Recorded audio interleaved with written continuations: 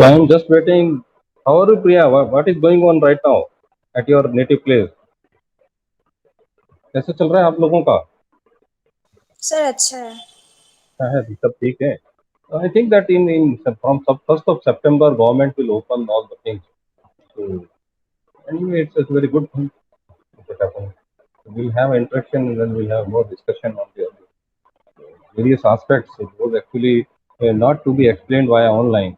If we'll have that demonstration in presence, because there are certain games. Those who are the part of that the promotional strategy of any organization, and this subject is actually it- this subject is actually the the important subject for enhancing the competencies to increase the excellence in the sector of the promotion and the extension sector. So that's why it's a very important sector, and it depend upon the how we can have the soft skills, actually set of soft skills that is required to earn the extension skills of those who are required in the people, those who are in the sector of the advertisement and the promotion. So that's why the entire course content is like that. So anyway, now I am starting that discussion on the topic, that role and impact of economic reforms on Indian agriculture sector.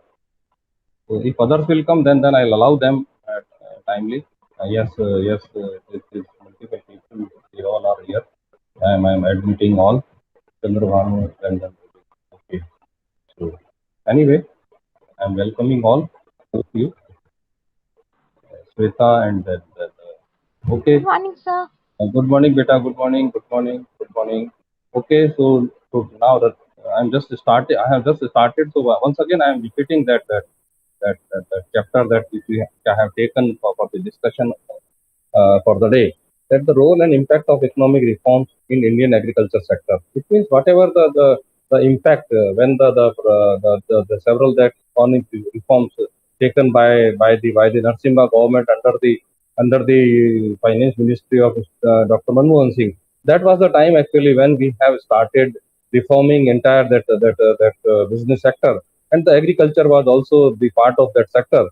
So what was the impact that we'll discuss in this particular chapter?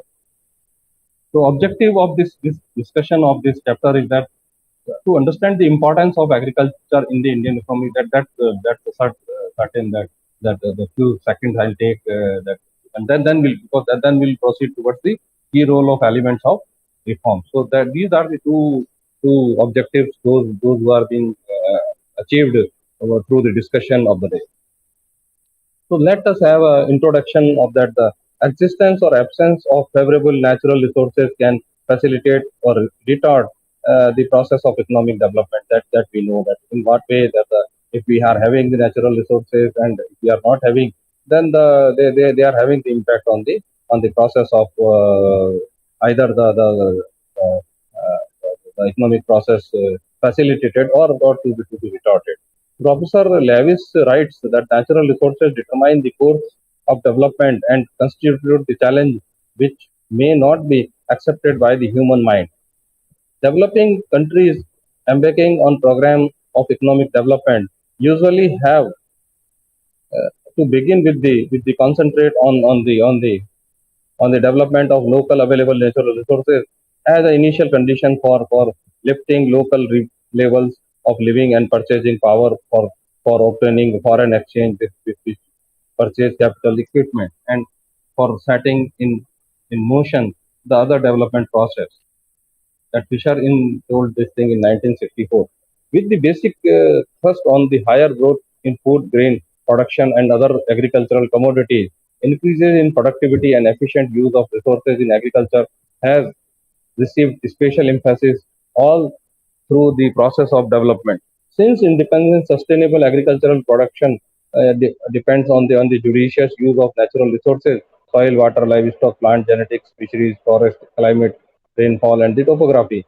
In an acceptable technology management under the prevailing socio-economic infrastructure. Food and Agricultural Organization has formulated the following definition for sustainable development in the context of the agriculture, forestry and fisheries. So that is actually the introductory part of this particular chapter which I have decided to discuss with you. That what is the impact of we'll discuss all the things in detail. But before going to the discussion, I would like to tell you that actually what is the importance of agriculture in Indian economy. That we know that about 16 about 18 to 18 to 20% in between the contribution of GDP of the Indian economy came from the agriculture. So in that case, if the in that case, if we are not able to understood the spirit of that what was the behind in what was the behind in the picture, that is to be considered as a serious issue. So agriculture is contributing on and about, you know, that the 18% of entire that the GDP of the country, and out of which we know that the 25 to 28% came from the livestock and animal husbandry and fisheries. So this is these are two important sector. They are also providing huge employment to the unskilled people of the country.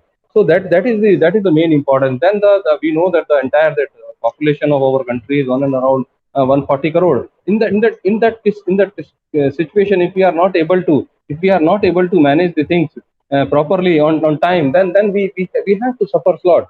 So in we don't, because we know now we are self-reliant almost as far as the food grain facilities are concerned. In pulses, we are by and large we are managing sometimes because of the poor the natural disasters, poor conditions in the country. We are not able to produce the pulses up to the expectation. Otherwise, in oil we are by and large we are fulfilling, but still we are purchasing lot of palm oil from the Malaysia and other country. So that these are the focus area where initially when we have a grain shortage, we have started and the green revolution, that the concept, and then we now at present we are self-reliant and we have self-sufficient stocks in our FCI go down to address the any natural calamity for various seasons. And we know that we have addressed the pandemic of this COVID-19 only because we have a sufficient that the food grain stock in our country. Otherwise, you know, it's a pathetic. It will become a pathetic condition in the country if we are not having the food grain stock in the country. We know that the central government, they have announces that so many type of the relief to the people, the poor people of the poor segment of the country, and they have almost 80 crore people there. They have supplies the food grains at free of cost. So that can be only possible if we are not we have not focused in the agricultural sector in past. Then the situation will be very different, and I'm just telling you, it's horrible if we horrible situation will arise if we are not focusing. So timely we have focused, and now we are enjoying that situation as far as the food grain is concerned. So nowadays the government, they are starting the new farmers bill they have introduced, and because of these farmers bill, the opportunities to the private sectors to be induced in the agricultural sector, where we know that the only the few people they are just enjoying entire that middleman status, and they are exploiting the farmers and not giving them, because we know that the 76 77% farmers in our country, they are having less than that 3 acre land as far as the holding is concerned. in that case, the entire the improved productivity and the entire technology they are not in position to use. So that is why the exploitation is very easy, and these middlemen they are doing this business since before even the independence, and through their family business these are the traders. They have created with influencing few farmers. They are agitating all over the country, and particularly in the borders of the Punjab and the UP. So that kind of that situation is there. So to avoid that kind of situation, the what kind of reforms always they are painful. Whenever we take reforms, we want to change the any change we want to bring into the society, into the country, into the state, into the organization. It is not that the people those who are always want to remain in a comfortable zone. They always they always they will always oppose that kind of thing. But reforms are it's a way of life actually. We have to change the situation if at all it is required in the wider vital interest of the business of any sector. So this is the introductory part which I have discussed. Now, in the second slide, you know that the sustainable development is management and conservation of the natural resources based and orientation of technology and institutional change in such a manner as to ensure the attainment and the continued satisfaction of human needs for present and future generations. Such sustainable development in agriculture, forestry, and fisheries sector, conserve and land. That we know that the entire NABARD and watershed activities, those who are being started in 1982, July after 1982, when the NABARD came into the picture. That was the reason that because of these financial institutions, they are and the nationalization of bank also that was done in 1969, in July 1969. So we will see that because of these two changes, those who are being taken by the previous government, the entire scenario of that financial management change in the country. Because before that, we know that in 1969, when we see that the only 1%, even the less than 1% that investment being done by these banks into the rural sector or agricultural sector. So that's why if the government want to implement any policy, then they have to control these financial institutions, because they are misused, sorely misused by the influential people and the industries and all. So that is why the government, when they have taken this decision to industrialize and to focus on the various reforms, then they have built these two important institutions. Number one is NABARD, and then we have this kind of that the nationalization of bank, and then we have a two that in between these days we have a two reforms. They have changed the situations. That the first was to that the green revolution, and then simultaneously we have Operation Flood. Then these two programs, they have entirely changed the status of the country as far as the important agricultural products are concerned. So now the since July 1991, when we know that under the leadership of Mr. Narasimha Rao, the Dr. Manmohan Singh was working as a finance minister, and that was the time when we have economic reform in the policies, and that is till now it is in the process. Since July 1991, the country has taken a series of measures to structure the economy and improve the balance of payment position. The new economic policy (NEP 1991) introduced changes in the area of trade policies, monetary, financial policies, fiscal and budgetary policies, and pricing and distribution reform. The salient feature of national economic policy 1991 are the liberalization, international and external, then extending privatization, redirecting scarce public sector resources to area where the private sector is likely to enter, and globalization of economy and market friendly states. So these are the few steps those who are being designed, and they are being started by under the leadership of the Dr. Manmohan Singh in 1991.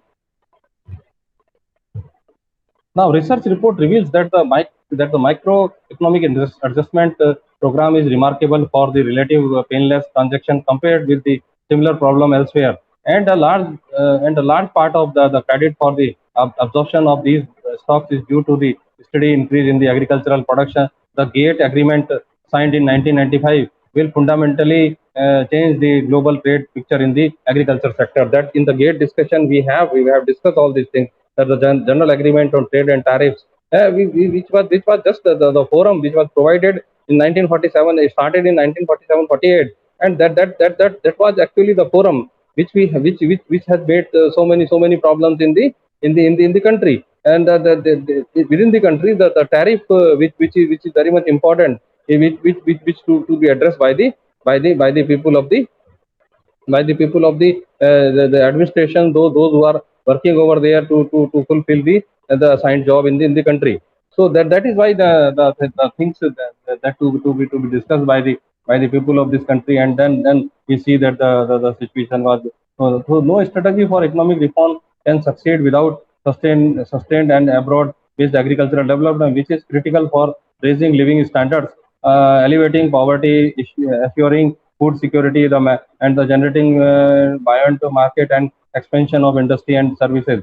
And marketing, that the fifth point is very important, that the direct impact, that the making substantial contribution to the national economic growth. So studies also show that the economic liberalization and reform process have impacted on the agricultural and rural sectors very much.